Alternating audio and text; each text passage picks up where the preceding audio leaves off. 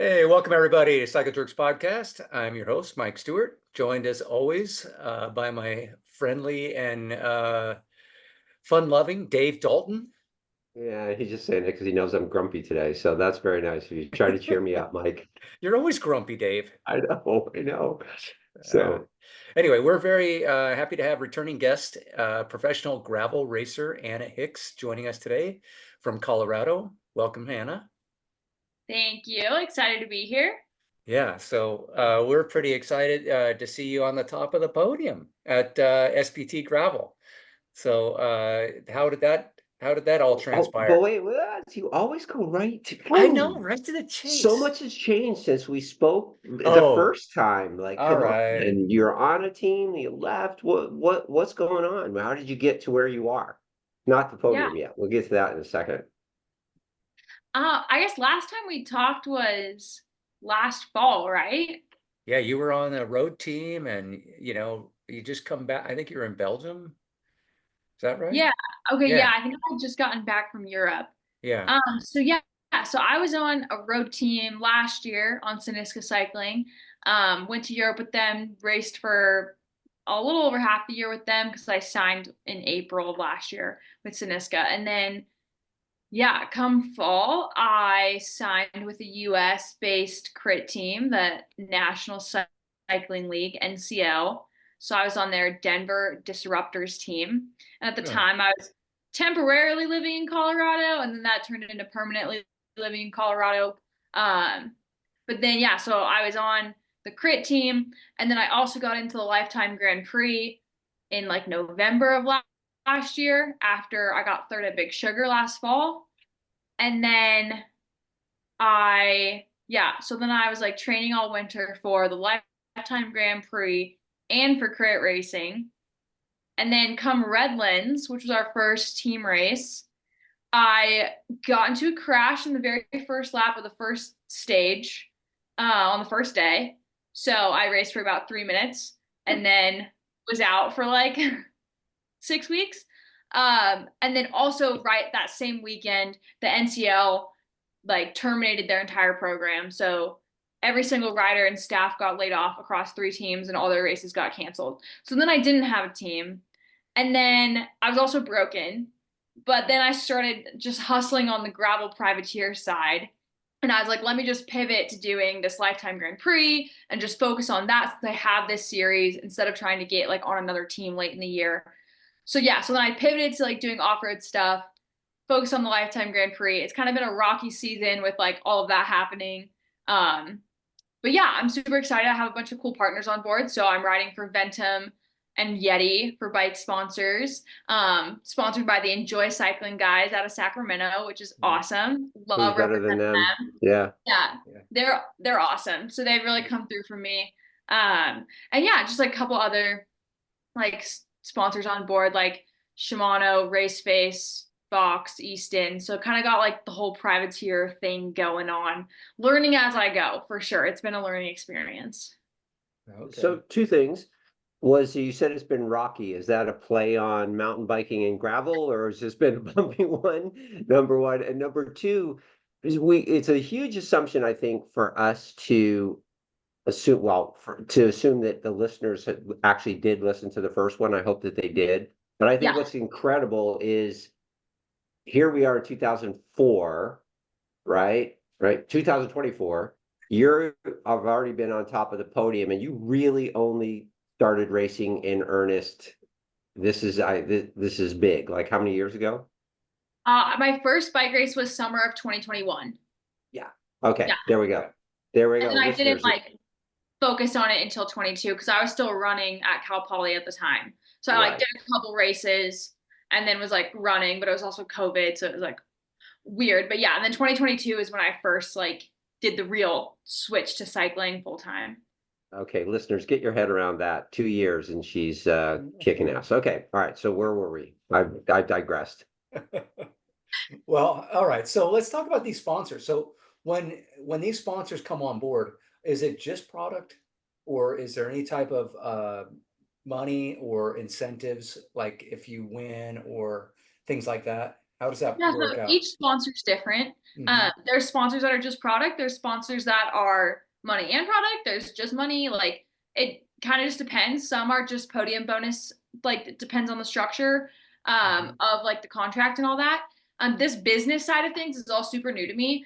So I actually started working with an agent this summer. His name's Tyler. His business is surveyor, sports management, and he's been like an angel, just so helpful. Like helped me just navigate this entire world. And I definitely like wouldn't have these partners without his help. Um, and he really helps like on, negotiating the contracts and stuff where like I get to kind of focus on like the relationship with the brands. And it's kind of like this big puzzle when it comes to privateering because there'll be some sponsors that like have a budget for certain things and then others that have budgets for other things, or maybe some that just have product. And I got it explained to me like this, like you kind of make a list of all the different things that you could possibly like need in cycling. So like wheels, tires, helmets, shoes, and then you figure out which brands are going to cover which categories for the end goal to be the most amount of money possible. So like for example, like if Shimano gives me shoes and components, well that takes out the shoe category that maybe another company could come in and give me shoes and money for. Does that make sense? Yeah. Mhm. Yeah. So Yeah. it's kind of like this really big puzzle, and I feel like no one really has like a specific structure for how it works. Like everyone's doing it differently.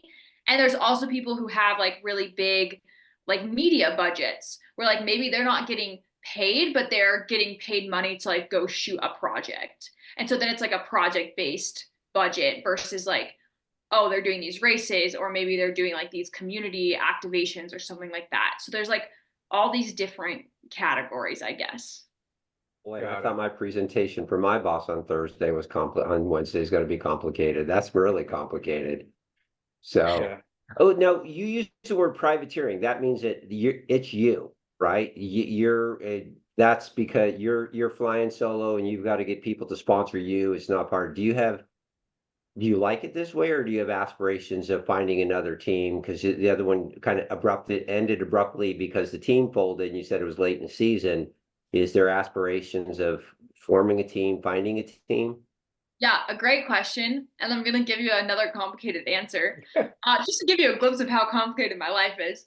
But yeah, so I think there's two separate things going on. So there's like the road side of things where you have to have a team, right? Like no one's racing the tour solo, no one's privateering the tour, right? Because you need all the support, you need the team environment, the riders. Like it is a team sport. And Mhm. so if I choose to go on the road side in the future, then yes, I'll be seeking a team just because of the necessary, like you just have to do that. And then if on the gravel and mountain bike side, it's definitely more of a gray area. Like there are teams and there's teams that run a structure like a road team would, where you sign one contract and they take care of everything for you. But then we also have off-road teams where it's more of just like an umbrella sponsor, like the Trek team, for example, the Trek Driftless team, like they all ride for Trek. But if you look like the riders have different sponsors, like Haley's sponsored by MAP, while Paige and Toby are sponsored by Pearl Izumi, and like they have different components and different nutrition sponsors and all of that. But they're still on like this Trek team, but they're not actually like a team like a road team would be, where like everything's the same. Yeah. And so it's kind of confusing, and I'm still navigating like where I fit into this. I do think there's benefit in being a part of like an off-road team or an off-road collective just because of the support and mentorship that comes with that. Mhm. Like right now as a privateer, like I'm going to all these races by myself. I'm housing with my friends normally if I can split stuff, but like I'm my own mechanic. I'm getting my parents or friends to do feeds for me. Like, you don't have that support that a team would provide. And I think I would benefit right now from being in that environment where there's more support just because I am pretty new. I am pretty young. Like I have a ton to learn and I could really benefit from having like that structure and mentorship. Mhm. But at the same time, like there's not always option for teams, and I do have partners that I love on the privateer side that I want to keep working with. And so, yeah, I think I'm kind of in the midst of like contracts and all that right now, so I'm navigating what next year will look like. So is it ever at, and maybe it's even, I don't mean to complicate it more, but are you would ever be at odds that like this road team wants you, but they say absolutely no, you can't mountain bike, or absolutely no, you can't gravel, or there's, Yeah, I, absolutely. uh, That's probably what have been like the trickiest thing about my career overall so far is like, on my past road team, they were like, you can't race gravel. I think they even said that it's unprofessional if I want to race gravel. Like it was really like aggressively like no off-road. And but then their partners though like wanted an off-road racer. So like now they have people racing gravel and like it's just been like tricky. And then like there's definitely teams that are like, why would you road race? Like that's, you're a Yeah. mountain biker, you're a gravel racer. And then the road teams are like, you're a roadie. Like, why would you do off-road stuff? And it really just depends who you're talking to. So it's like I'm kind of juggling like these different roles right now and like figuring out what that's gonna look like. And yeah, it's been really complicated. Yeah. what's so, Elvis It's Costello said it best. What's so funny about peace, love, and understanding? Like, why is yeah. that complicated, right? You just want to ride your bike. Yeah. Yeah. Well, It, with the World Tour on the women's side getting so much respect all of a sudden, thank goodness. Um, is that something that may sway? Because it seems like, uh, and I'm not on the inside like you are, but it seems like if to have the opportunities on the roadside seem like they're probably more lucrative with the amount of coverage that it's getting, globally. So is that something that factors into it at all, or are you just Yeah, I more, think yeah. it's tricky because I think at the top level, like it is becoming more lucrative, but also like people are making so much money here in the US racing gravel. Mhm. And it just kind of depends like what you're good at and what you like, I think. Because if you're really good at either one, you can make a significant amount of money and like it can be stable, I guess. But at the Mhm. lower levels of both tiers, it's like that stability isn't quite there. Especially on the road side, like if you go over to Europe and you race like on a continental level, most of those girls are not getting paid anything. Oh. And so like to get to that level requires like quite a bit of time of like unpaid years or like, Mhm. roughing it in Europe on your own, like trying to figure it out and trying to like climb up the ranks. Whereas like here in the US, like it's kind of the same thing, except you have a bit more support, right? Because you're in the US, like things are more accessible. You also have like autonomy over your own schedule and your own partners. And so you're not, at least in my opinion, you're not left up to like directors' decisions as much. Like I could go over to Europe and race on a European continental team, but like who knows what races I'm actually going to get, raced in. Who am I? Are they riding for me? Are they riding for someone else? Am I getting results to move up or is like my teammate getting those results to move up? And it's just like I feel like there's less control in that situation. But Mhm. like if you love road racing and you're good at it, like you can definitely make it. And you can also do that from US based teams too. Just in gravel, I think it's more, to me it seems more attainable because like the top level is not as far from like the beginners, right? Yeah. Maybe just because it's a smaller pool and like the races are smaller, which there's pros and cons to that too. There's also not like the legacy and like the ceiling of performance in gravel that there is on the road, right? Like there's no there I guess there is a world championship in gravel, but it's not like regarded the same level as like a road world championship. So it's kind of like a give and take in like a lot of different ways. Sure. Man, no wonder you've got it. I mean, given the complexity of it, I'm backtracking a little bit, but that's why you've got to have an agent. I mean, if you got to deal with all that other shit, how do you got to train, right? Like you know, I mean, yeah, you got to be able to pawn that off on somebody else so that you can focus on doing what you're supposed to be doing, right? Yeah, it's definitely a lot more work on the business end than I think I realized. Like it does almost feel like a job in itself, just emailing all the people, taking all the calls, all of that. And luckily, like I do have my agent to kind of have my back, but also he involves me in pretty much everything that we do, Mhm. which I really enjoy because it's also like teaching me like how to, carry myself as a brand, how to negotiate contracts. And like those are skills that help me in my career as a cyclist, but will also help me in like any career in the future too. And that's Yeah. really valuable. Yeah.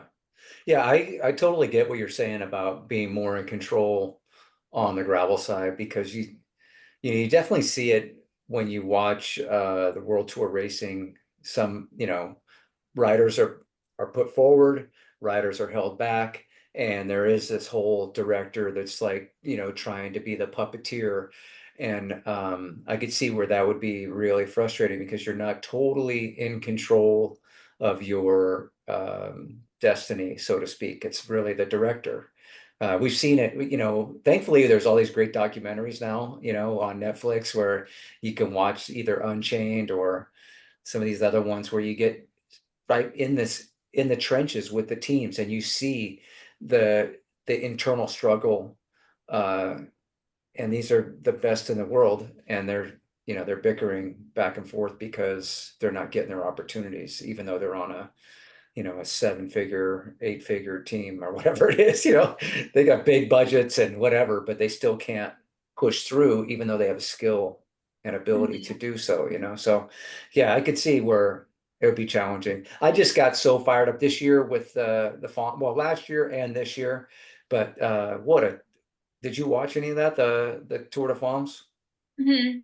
Yeah, that last day was, I mean, the whole thing was great, but that last day was incredible. The 4 seconds between the two.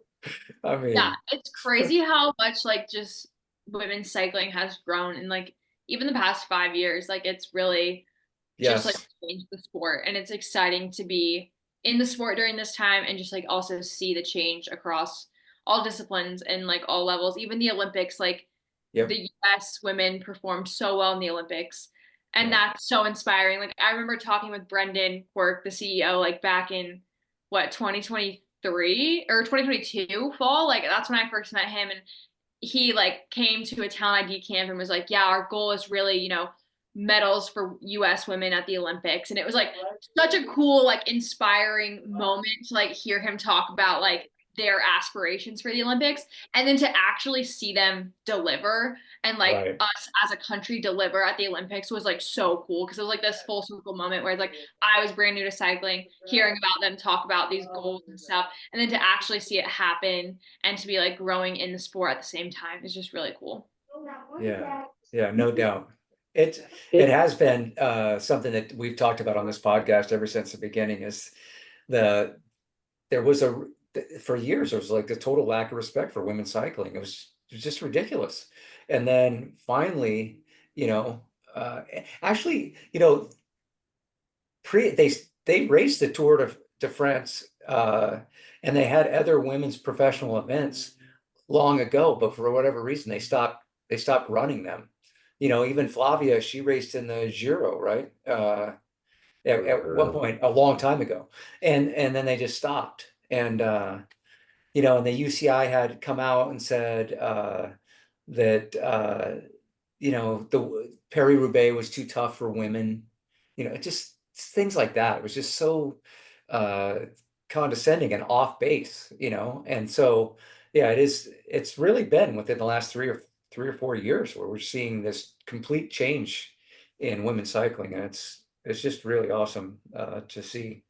And thankfully, we're able to get so much coverage now, and we can watch it. Um, yeah, yeah, it's cool. It's a cool time to be a cycling fan, that's for sure. Yeah. Yeah, so, definitely. so, so Can we help talk me about just put the, SPT gravel now, Dave? no, well, we're getting there. We're getting Okay, there. all right, all Okay. right. So so you start writing 2 years ago in earnest, right? And this is, I guess, the segue to that, right? So you get on this race team, boom, boom, boom. When did you start mountain biking and gravel biking? And then when did you like, because I mean, they are clearly two different things, two different skills. Obviously, you got some feel for it, you got some love of it if it took you to where you are now. So like, when did that transition happen? Because again, I just think that that's equally amazing.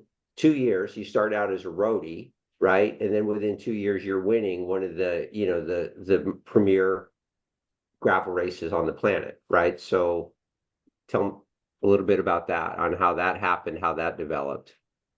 Yeah, so I actually started mountain biking the same time I started road riding. So I Okay. started like riding bikes in general in 2020, kind of right before COVID hit. So I like picked up the road bike in like January of that year, and then I joked that I got the last bike on Craigslist in Santa Cruz in like March of 2020. and that was like my first mountain bike.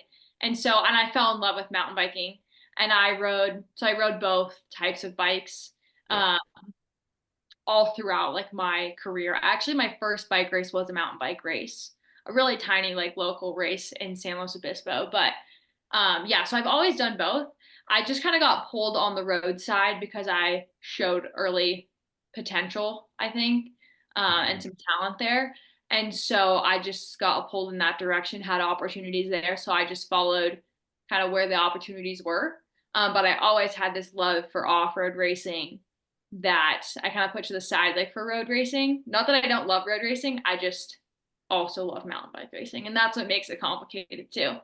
And so then, like when my team folded in April, and I was already in this Lifetime series, that in itself is a really hard series. Not to mention like adding a whole crit calendar on top of that. And I was like, okay, this is a really cool opportunity where I get to like pivot and do this other discipline that I'm really passionate about that I haven't been able to focus on because I've also been on the road. So it's just kind of been like exploring the two worlds at different times. Yeah. Got it. Got it. So are you doing any road now? Do you? No. Yeah, it's all mountain and gravel, right? Mm-hmm. Yeah. Yeah, just focusing on the off-road stuff. And so then on a whim, you say, I'm going to go give this big one a twirl. How had you placed in other events on other gravel events that you had raced? Yeah, so I've done like before this year, I had done maybe like 5 or 6 gravel races ever. And like those were like kind of local ones, like Lost and Found. I've done Hmm. that one twice. Like I did the long one once and the like middle distance one once. Yeah, I let did me like ask you a question. Did you hate that race too? so the first time I did Lost and Found, I did the 100 mile. I had never ridden my bike that long. I had never climbed that much, and I was on a rental gravel bike that weighed like probably 40 pounds, and it was Sounds terrible. sounds I like was a so recipe bad. for success. I literally never have been that dark probably in my Uh-huh. entire life. Maybe Leadville was close to that, but at least I knew what to expect at Leadville. I had no idea what to expect at the first Lost and Found. And that was in 2022, I think. So that was like my first gravel race ever. I had barely been like just solely like focused on bikes. And yeah, I think it took me like 7.5 hours. And like the longest I had ridden before that was like maybe 5. And Vince Yeah. Burlock told us that during Unbound XL, he thought about crashing his bike just so that he could get out, right? Get out of And it. Yeah. and when I did Lost and Found, I mean, it wasn't even, I don't know, I guess I was having a bad day, but I remember at like mile 40 going, well, I could just tell people my stomach wasn't feeling good, and that's why I dropped out. Or maybe I could tell people I had a mechanical and no one would know since I'm out here by myself. And then I realized either way, I got to ride. I got to ride back or I got to ride. So I just kept going, but I was never so miserable on a bike. I think So, that every single person hits that point in every gravel race. yeah. Like I can't name a single gravel race where I haven't been like, oh, like I could call someone to come pick me up, you know? Uh-huh. Like I Yeah. have to not race with my phone because I'm like, if I have that option, then it's like way too tempting. Yeah. Oh, God. We Oh, did brother. I don't know if you've ever heard of the Wild West, but it's up in Red Bluff. And Hmm. we did it one year. I've done it like 4 times, but one year it rained almost the entire time. And then when it wasn't raining for about 40 minutes straight, it hailed. And Ooh. I had these rain pants on, and the rain pants, I basically blew through the rain pants. The rain pants were supposed to be waterproof, but I was sopping wet, and it was so bad. When I got to my car, I couldn't pinch the buckle off my helmet Yeah, because I my hands were so, oh, it was terrible. Yeah. So, yeah, I think to your point, I think we've all had those moments. Been I there. haven't ever thought of it as every race. Yeah, but I think there's probably something to that, Yeah. every race. So, but before SBT, you did Unbound this year, right? yeah, so I did do Unbound. I was, I think, 5 weeks post crash Ooh. Wow. at that point. So I had like a week and a half, maybe outside, or 2 weeks outside on the Okay. bike before Unbound. So I did DNF Unbound. I Hmm. pulled out at like mile 150 because I was like out of contention for like the top 10. And I was like, so many people told me horror stories about Unbound ruining their seasons. And this is very controversial, but I think like for young people, okay, I call myself young. I'm 24. Like most of Yeah. the women in this are 30 plus, 33 plus. Hmm. So I've been racing for 2 years. Like I've not done high volume training. I have not done high volume racing. And I was like definitely warned from like some of my mentors that if you go out and overcook yourself at Unbound, like you will be wrecked for months, like at least a month, maybe 2 months. So that was kind of in the back of my head. And I was like, I haven't been on my bike that much. And so I ended up pulling out at mile 150. I still rode for like 8 hours, and that was still my longest ride until Uh-huh. then. Leadville Wow. was 8 hours and 5 minutes, so it was 5 minutes longer. I did go out there, and for me, I think it was just about like coming. I needed that carrot to chase to get back on the bike after crashing, and like I needed that like kind of underdog energy to be like, I'm gonna show up and do Unbound. Like even though Hmm. I just broke myself, I just got fired from my team. Like I don't know what I'm doing, but like I'm gonna go race Unbound, and it's gonna be a cool story. And Yeah. like honestly, the people that supported me through that was like awesome, and like just being there was like really good. Even though I didn't finish, it was still awesome experience. And then I got to qualify for the World Championships like 2 weeks later at a UCI race up in Canada. So like saved myself for that race. Went out, had a great day in Canada, and that was like a good kind of reminder that like maybe I made the right call at Unbound. But it was good just to get me back on the bike. Hmm. If you don't mind rehashing, what happened at Redlands, the crash that, I mean, how badly were you banged up, and then how quickly were you back on the bike? Yeah, so I broke my scapula, my collarbone, a rib, and then I had a concussion and a pneumothorax. Oh, Wow. And that's it. That's all. yeah, Yeah. it's fine. But yeah, it happened like we were on a straightaway. It was like 4 lanes wide. I was moving up the outside with some of my teammates, and I could like see them up, and I was moving up. And then this girl just probably moved left like 4 bikes just out of the blue, just like cut to the side. And I saw her out of the corner of my eye, like coming into me. And she just hooked my bars, and I went straight on the ground. And no one else crashed, luckily, because I was like on the outside, and she just decided that she wanted to be on the outside at that exact moment. And yeah, just hooked bars, and she didn't crash, which is shocking because Wow. if you're dumb enough to make that move and then Yeah. good enough at Yeah. riding your bike to not crash, I'm like, I don't know. I also don't know who it was. Um, but yeah, it was definitely a bummer. Like it was within the first 3 minutes of the first big race. And that was, I think, mentally like a really hard recovery because I was in the best shape I've ever been in coming out of this winter. Like I put in so many hours. Like you talked about being so cold you couldn't undo your helmet. Like Yeah. I had days and days and days of that. Like just miserable days. I did intervals literally in the snow, like descending on ice in Colorado. Like it was sketchy. Like probably should not Yikes. have been out there, but like I went out there and I suffered through that. And I had so many days like that. So to have that like ended so quick was really frustrating. And I think that's kind of what fueled like this pivot into the gravel scene. Cause I was like, I'm gonna get back and like I'm gonna do my own thing and I'm gonna like do what I want to do. And I was also super excited for the Sea Otter mountain bike race. Like I had a good result there last year. I was really excited to come back and like start my Grand Prix at that race. And then like also that got, ruined by this crash because I think I was off the bike for 2 weeks completely. And then I was on the trainer for like 2 weeks and then a week outside and then Unbound.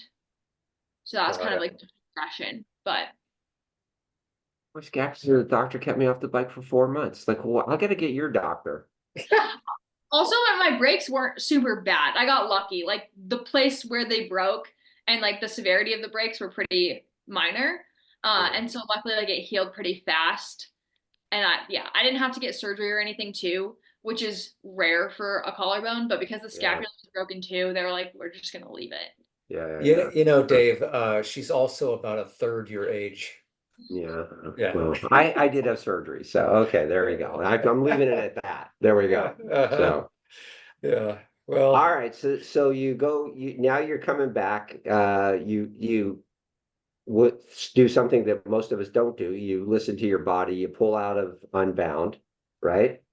Hmm. You go do well up in Canada, Hmm. and now is that you line up at SBT? Yeah, so I had bighorn gravel in there. That was a really Uh, bad day. I think I had food poisoning before or something. I was like very unwell before, and then I felt terrible on the day. So that was, we can forget about that race. We all have those days. uh-huh. And yeah, I think the next one was supposed to be Crusher, and that got canceled. So then now it's like one more event out of the Lifetime Grand Prix that I was supposed to like be able to get points back for because I had DNF the first two, and you have to score 5 out of 7, and then that became 4 out of 6 after Crusher got canceled. And then went into Tahoe Trail in California in Truckee, Hmm. and I got second there, and that was super fun. Had a blast, love that race. And then yeah, then had Leadville, and then SBT after that. Okay. so how does So, one translate to the other? I mean, maybe it sounds obvious, but like, there it is. Like Leadville's different from, from a gravel race, right? And so, I mean, yes, obviously you're building endurance, but I would imagine, does one really help you with the other, or That's training a good wise? question. Yeah, I think there's definitely Well, like thank you, some because I felt sections. stupid for asking it. I wasn't sure. So, No, it's a good question. And that's something that I'm kind of like still figuring out this season. So for reference, like when I was on NCL, they said I wasn't allowed to do Unbound because it was going to ruin my season, and like Tulsa Tough was the next weekend and they didn't want me to be tired from Unbound for like the rest of the Prix season. So I wasn't planning on doing Unbound at all until I crashed. So until 6 weeks before Unbound, I wasn't planning on doing it. And then I also wasn't planning on doing Leadville because we had an NCL race in Denver on the same day as Leadville. So I had mm, kind of committed to the Lifetime Grand Prix thinking I was going to skip like the two hardest events, and I was going to kind of like, get through like the shorter gravel races. But then after like all this chaotic stuff happened, I was like, okay, now I'm like, I have to do these really hard ones.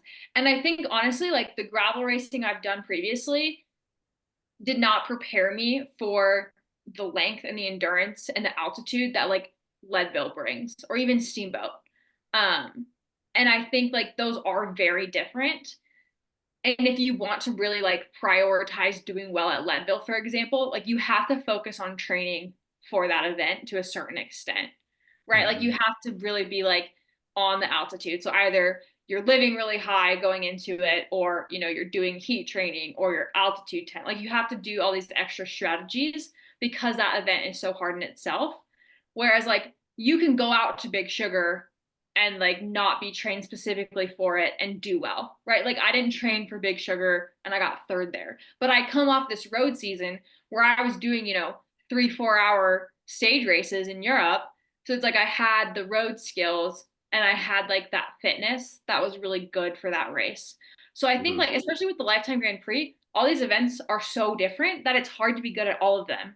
And that's why it's like so inspiring to see like people like Sophia or like Haley Smith or like Hannah Otto, like they're doing so well at every single event. And that's super inspiring to me because to me, like I maybe don't have the experience or like the fitness built yet to like be good at all these different things, especially when you have like a 7.5 hour race, and then a 2 hour race, and then a 4 hour race, and Yeah. then it's all just very different. Yeah. I always felt like the gravel bike was good for the mountain bike Mhm. because you have to be a lot more precise with the gravel bike. Um, and so I always felt like, oh, that's good because sometimes you get on a big squishy bike and you're just like, you can get kind of sloppy with your form or your line choice because you can. And whereas you can't really do that on a gravel bike. So I always felt like, but the thing that the gravel bike doesn't help you with is the speed of the mountain bike, the speed and the ruggedness of the terrain. That's where you just got to put in the miles on the mountain bike and get comfortable sending it, through the rock garden or whatever. Um, but yeah, the gravel, yeah, I could see how, like, going into this, I was thinking about, this interview, and I was thinking about, well, probably the road, World Tour road would be the North Star, but I could see with Lifetime and the the different types of challenges that they all pose, where that could just be so motivating and inspiring. Like, hey, I just want to try to conquer all this diversity, and if you're making good money, hey, good, why not? So if you don't mind me asking, so you're kind of big ping ponging all over the place. You're in Kansas and you're in Canada, you're in California. I mean, who's funding all this? Is this paid for with your privateer package, or do you have a day job, or you got a trust fund, or what's going on here? Oh, no trust fund, sadly. Yeah, darn it. That would be nice though. Wouldn't it? Yeah, I would like But one yeah, so too. I do work. I work in sports nutrition. So I work for Kristen Arnold. She's a cycling coach and director herself. And she's Okay. also a registered dietitian and has a private practice. And I'm a certified nutritionist. So like a step below her. And I take on like her like non-clinical sports clients. So I have a lot of age group athletes. I have high school athletes, college athletes, and I coach them in sports nutrition. So Okay. and then I do also have some funding from my privateer program that covers like race entries. Like luckily in the Lifetime Grand Prix, they cover all like the race entries. But then, entries for things like Steamboat that aren't in the series, and travel and stuff like that. So I do have some budget for that. And then I also pay some out of like what I make from work. Um, I also live in my boyfriend's parents' basement, so I also don't pay rent, which is really helpful. So not quite a trust fund, but I am getting help because I live in their basement for free. Yeah. That's awesome. Yeah. Yeah. Maybe get a little logo on your jersey or something, I have a sticker. Yeah, they gave me a sticker to put on my bike. So Oh, okay. there's that. Yeah. Basement dweller or something. That's funny. A real pro cyclist until you move home, right? Uh-huh. No pressure Wow. to like keep things copacetic with the boyfriend. Yeah, exactly. He might be able Luckily, to he's get pretty cool. So oh, I was gonna say he might be able to get away with a little extra. yeah. Yeah. All Unless right. they like you better than they like him, which, I know. Well, that's kind of like the running joke is like who's gonna get kicked out first, like me or him. And I think it's him. So I think I'm safe. That's awesome. Yeah. All right, all so let's right. talk about going into Steamboat. You've been all over, you've done a bunch of different things and having success with Tahoe and up in Canada. So what were your expectations going into Steamboat, and what was your week leading up to Steamboat like? Yeah, this is a good question because I actually won the blue course at Steamboat. I don't know if you guys knew that, but I want everyone to know that I did not race like the pro black race. I Oh, did okay. downgrade to the 100-mile blue course. All right, And that's interview's what over. Interview's over. Next. yeah, no, honestly, that's kind of what's so hard, and I'm glad you asked about the week going into it, is like there is like this kind of, I don't know if it's imposter syndrome or just like, oh, like I raced, but like I didn't do the real race. But in reality, like I raced for 5 hours. Like it was hard. Like there was fast girls in there. Like it Yeah, was 100 miles. And I think it's important to talk about that because I hear this from my nutrition clients sometimes. They like really downplay like if they didn't do the hardest race at a yeah, gravel race. They'll be like, oh, yeah, like it was good. I had fun, but I did the 60 miles. So, it wasn't, as good. I'm like, that's still 60 miles. Like that's Yeah. still a hard thing to do. And I think one thing that I kind of have beef with gravel right now is it's like, how can we make this the longest and hardest possible thing ever to do? And it's like, it doesn't always need to be that way. Like, I love racing like a 3 to 4 hour race. I like yeah, racing a dynamic race. Like, I like racing when I know I can finish it, right? Like, with Leadville, I was like, I don't even know if I can do this. Like, nonetheless, race this. And right. I think like it's just like the barrier to like entry of being like, a real gravel racer is now so high that it's like you have to be doing 200 miles in Kansas. The next weekend you have to be doing, 100 miles here and then 150 miles here. And I just think like that's a little bit crazy. And after Leadville, I was really sick and I was exhausted, like exhausted beyond belief. And I was really struggling with like am I not going to race Steamboat at all? Or am I going to downgrade? Or am I going to absolutely destroy myself and maybe not finish the black course? And so I talked with like, you know, my team of people, and we thought that like the blue course would be a good option. And I'm really glad that I did it, because I think it was really hard mentally at times.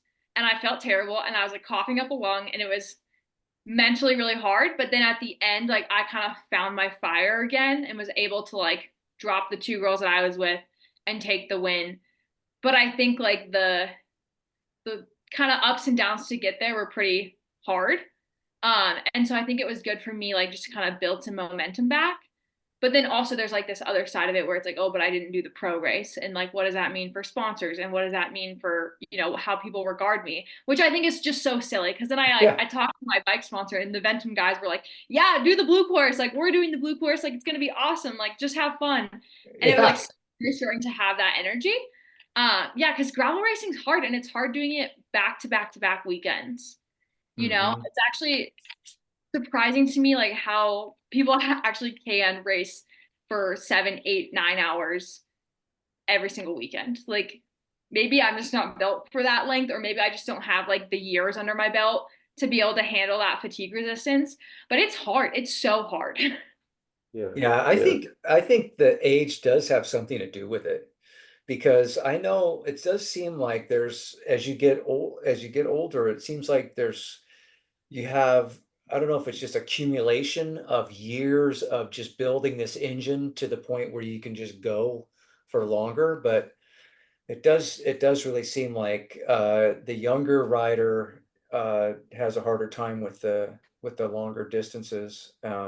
So, but but when you were talking about this issue with gravel and it just getting the longer, harder, the crazier it is, the better. It's like this barrier entry. We had bike racing legend Carl Decker, on the podcast, and he was talking about that exact same thing. You know, he says, I love a good 25-mile race. 25-mile race is super fast and super hard. And he says it might even be harder than a 100-mile race, because a 100-mile race is more like attrition. It's like the people are going to fall off because they just can't go that hard for that long. In 25 miles, the pool of people that can go hard for 25 miles should be much bigger than the pool of people that can go hard for 100 miles. And so he's always, kind of had this, I shouldn't say always, but he's feeling like the same way that you're feeling about gravel and how it's just getting harder. And you were at Unbound and Unbound XL. Our mutual friend Vinny did XL, and it's like that may be the most crazy, example of it. So I Yeah. don't know. I don't I, know where it's all going to go in the end. I know. I think like I'm okay with it. If Unbound has always been 200, then it is what it is. That's the race. That's how it was created, right? Yeah. And Yep. same thing with uh any other race. But it's when the next guy comes along and has to try to top it or make the course so ridiculously difficult, right? That's like it's a Yeah. good sport. Let's not ruin it by the one-upmanship. So I don't disagree, right? I think it's true. And the other thing is, I applaud you for for whatever you want. I think that that's a problem that a lot of competitive athletes have. It's always yeah, but right, yeah, but oh, you know, I did my fastest time up Mount Diablo, but if I hadn't had a headwind, I would have done faster. Or maybe if I had done this and couldn't cut this corner, I would have gone faster. It's like Jesus, you know, pat yourself on the back, give yourself credit, Yeah. right? Yeah, I think it's hard. Like athletes, especially endurance athletes, especially gravel endurance athletes, tend to be like really type A people, Hmm. right? Like really perfectionist, really like just detail oriented, have high standards, because that's what it takes to push yourself for that long Yeah. and to train that many hours, right? And those are beautiful things, but also it's a double-edged sword, right? It turns into then soon, oh, nothing I do is good enough because Keegan won everything and I only won 5 of the 7 races, but Keegan won all 7 of them. So therefore, and like there's always gonna be that Sure. comparison, right? In every aspect. So I think it's important just to like recognize the positive takeaways, see the improvements, but then also see how that fits into the bigger picture, right? Like if I had done the black course and cooked myself for another 2 hours out there or hour and a half, I would have been set back even further in recovery time. And I've been like really sick since then. Like today was the first workout I've been able to do where I haven't had severe chest pain and like breathing issues. And we haven't figured out what's been going on with me, but I have a million doctor's appointments lined up to figure it out. And I just think it's important to be like, see how that fits in the bigger picture. Because if I had dug that hole deeper, or like if I had dug the hole deeper out Unbound, I probably wouldn't have been able to come back and podium the UCI race. And like I have the rest of the Lifetime Grand Prix on my mind. And it's like, that series is important to me. I think I can do better than where I'm ranked right now.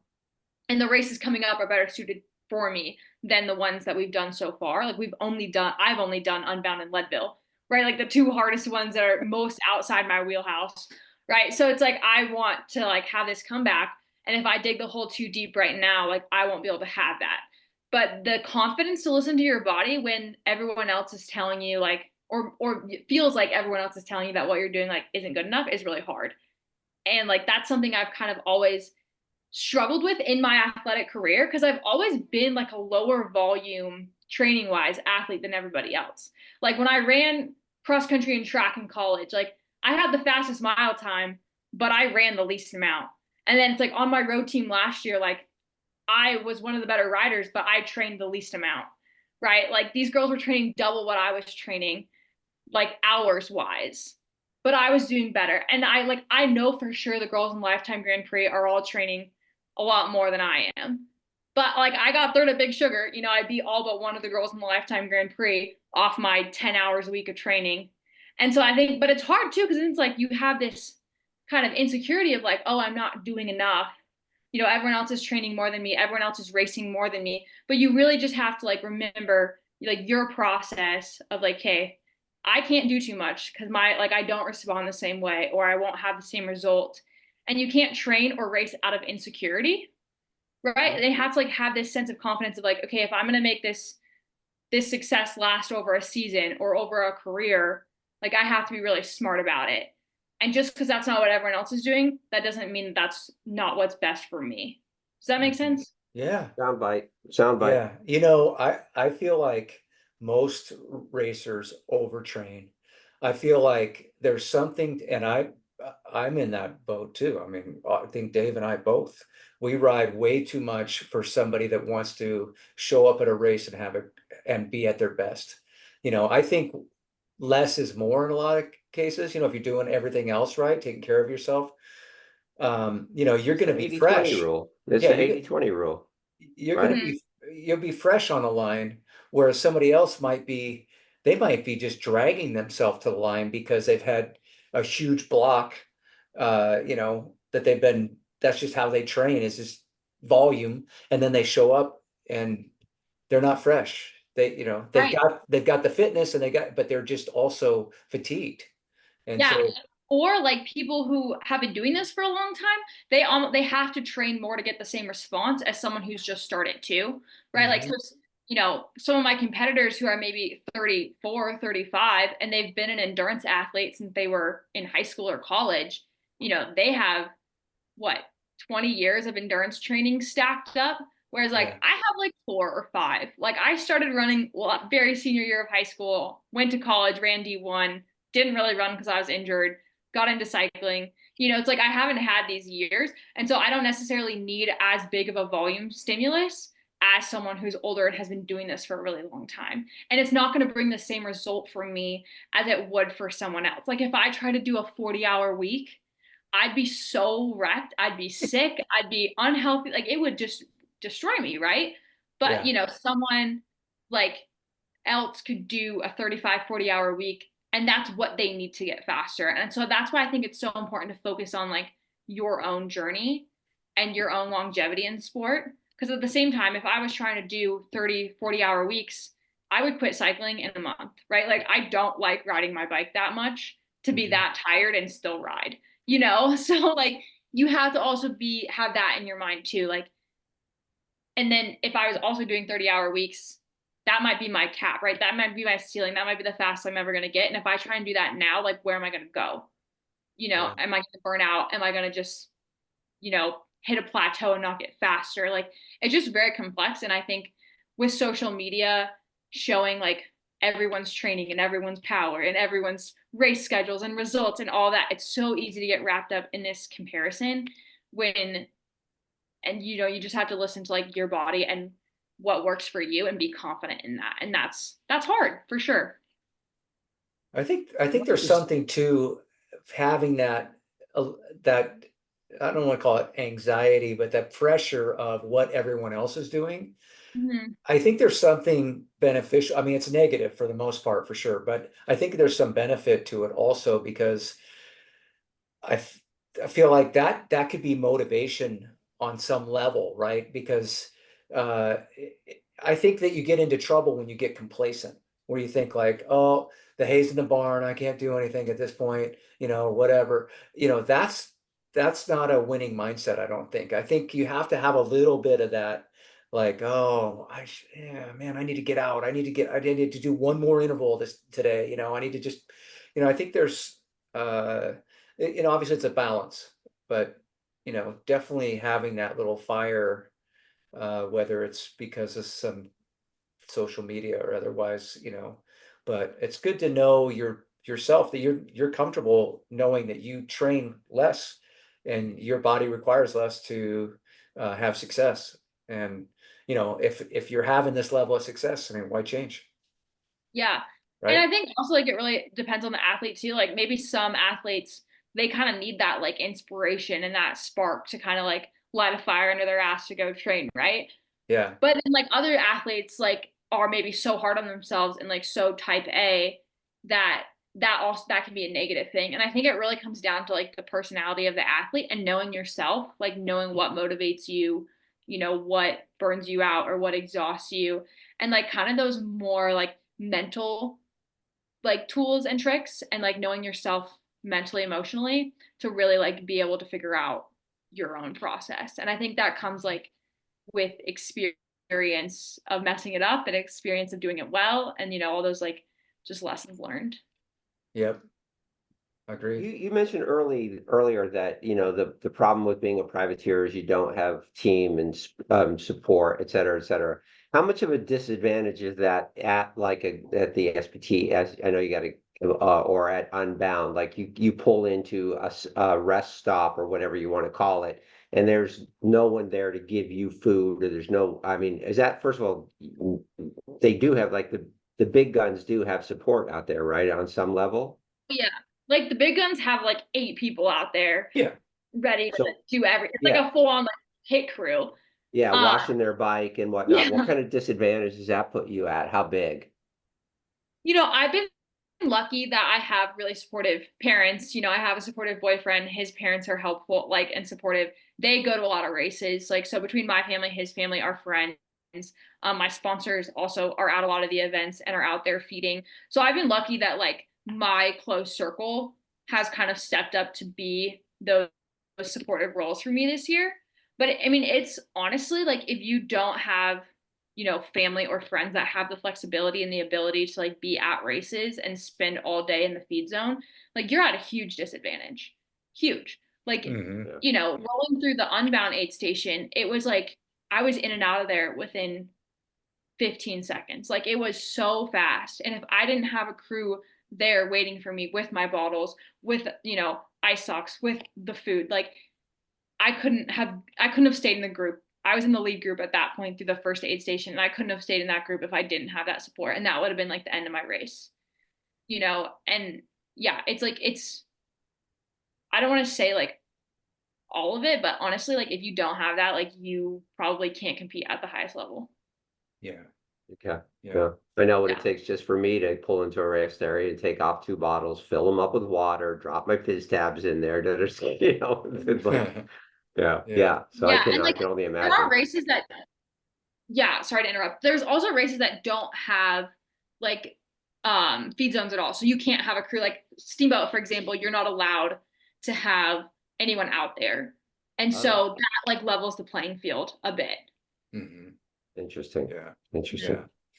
All right. Well, Anna, thank you so much for joining us on this holiday. Uh, I know you have stuff to do, so we're gonna wrap it up right here. But so real quick though, before we end this thing, what's next on the schedule? You mentioned the lifetime schedule. You got some races that are more in your favor. Can you kind of run down what you got ahead of you? Yeah, so next up for me will be Schwalmingen, a mountain bike race out in Wisconsin, and then the Rad, which is a gravel race down in Trinidad, Colorado, and then I will have Big Sugar in Arkansas, and might be doing the UCI Gravel World Champs in Belgium. That's kind of a tentative one right now, but yeah, that's the rough schedule.